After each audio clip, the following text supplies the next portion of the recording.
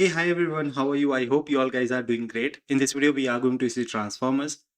Till now, we have seen a lot of videos in Agentic AI series, and definitely a lot of them are going to come around more than 100 200 videos. So definitely you can check out the playlist. And if you want to learn about Agentic AI and a lot of other topics, currently I'm also working on a playlist called Kafka. So a lot of videos has been already released. So it is also going to be a very big playlist. Meanwhile, I also capture a lot of different things, real life projects, and also if you are interested, you just consider subscribing. It's free. Okay, so let's see what actually transformers are. So let's see. Okay, so I just created a, a funny image of transformer. Okay, but in real life, this transformer is something different. Okay, so what it is? Let's see. Imagine reading this sentence.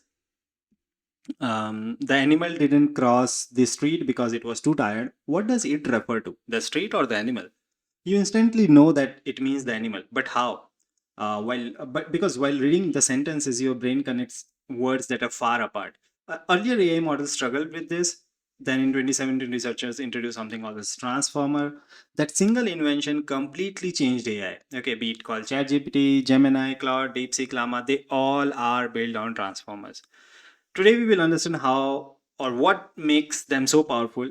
Okay, so in the last video, if you remember, we learned about words become embeddings. So instead of text like dog, cat, pizza, the AI sees vector, okay, list of floating values.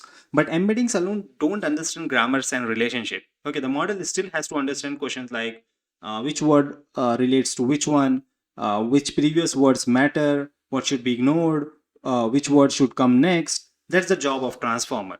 Before transformer, model used to process text word one word at a time. Okay, like I love machine learning one by one. Each word waited for the previous one. The problems were obvious. It was slow, it was hard to remember long sentence, information faded over time. For example, like if I say a sentence like the movie that we watched last weekend with all of our friends and cousins, by the time the model reached the end, it often forget the beginning. Okay, so instead of reading one word after another, transformer look all the words simultaneously.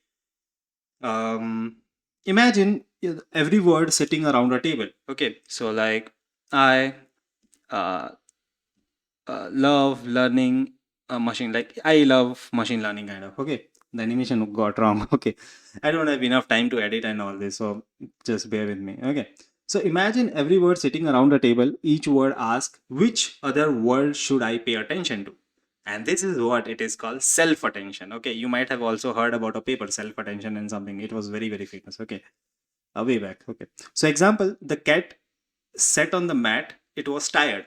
When processing it, the model doesn't treat every previous word equally. Instead of, it pays much attention to cat and tired, and little attention to on the mat. Okay, so it automatically learns which word matters the most. Okay, and definitely I can understand you might be very curious that how automatically it learns. So we will be covering in this video or maybe next video, because I don't want you to just bombard a lot of technological words. I'm not assuming that you know high level maths and all, so it's fine. Even without maths, I can explain you. With basic maths also, I can explain you all these things. Okay, because we our aim is not to become researcher here. It's more on creating good agentic AI application that can scale, such that you can create something much better for your enterprise application or for your job or whatever. Okay, now important part is why it is called self attention. Because the sentence is paying attention to itself. Every word looks at every other word, not external knowledge, no Google, just word already in the sentence. Okay, so they, because the sentence is paying attention to each of the words of which is made up of, so that's why we call it as self attention. Okay, what is the advantage of it? uh, since every word can be processed together, the GPU can compute everything in parallel instead of just doing one word at a time, like before transformer.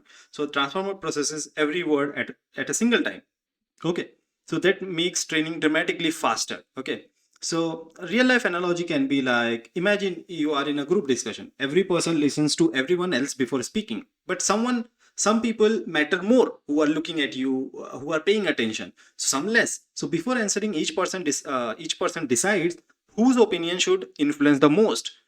That's exactly what self attention does. Okay, every word listen to every other word before deciding its own representation.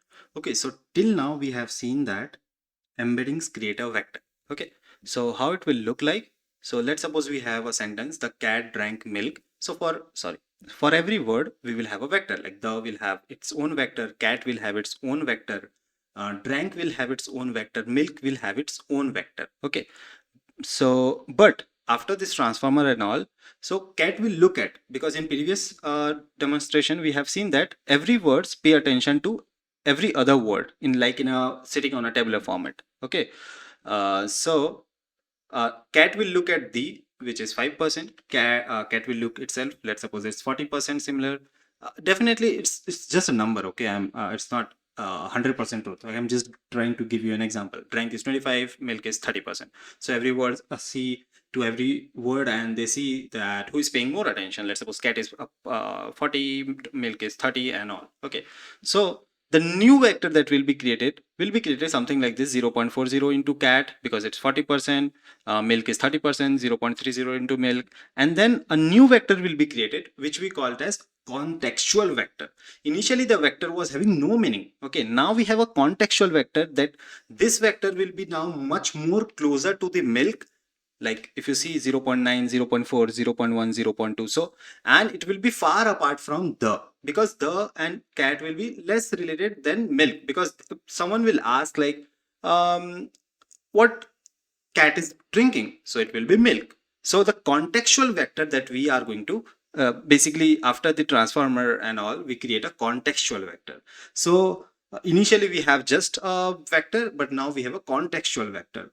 So it's no longer just the dictionary meaning of the word, it is the meaning of that word inside this specific sentence now. Okay, but this raises even a bigger question. Okay, when we update the vector for cat, why did borrow more information of milk than from the? Okay, so who decided those percentage? Was it programmed by humans? Was it learning automatically, or mathematically? How does a transformer know which word deserves attention and which one should almost be ignored? That's the magic of self attention. And in the next video, we will build self attention from scratch, and we will see how exactly a transformer calculates its attention scores. Just now I've just given example, but in the next video we are going to see how this attention scores are being calculated. Okay, so in the next video, definitely we are going to see self-attention, and I'm very excited to unwrap this thing. Okay, so that's all. If you like this video, just give it a thumbs up, and if you want to learn more of Agentic AI series, just let me know in the comment section. Definitely, if you comment, it helps me to boost and create much more videos like this. So meet you in the next video. Till then, bye bye. Thank you. Have a great day.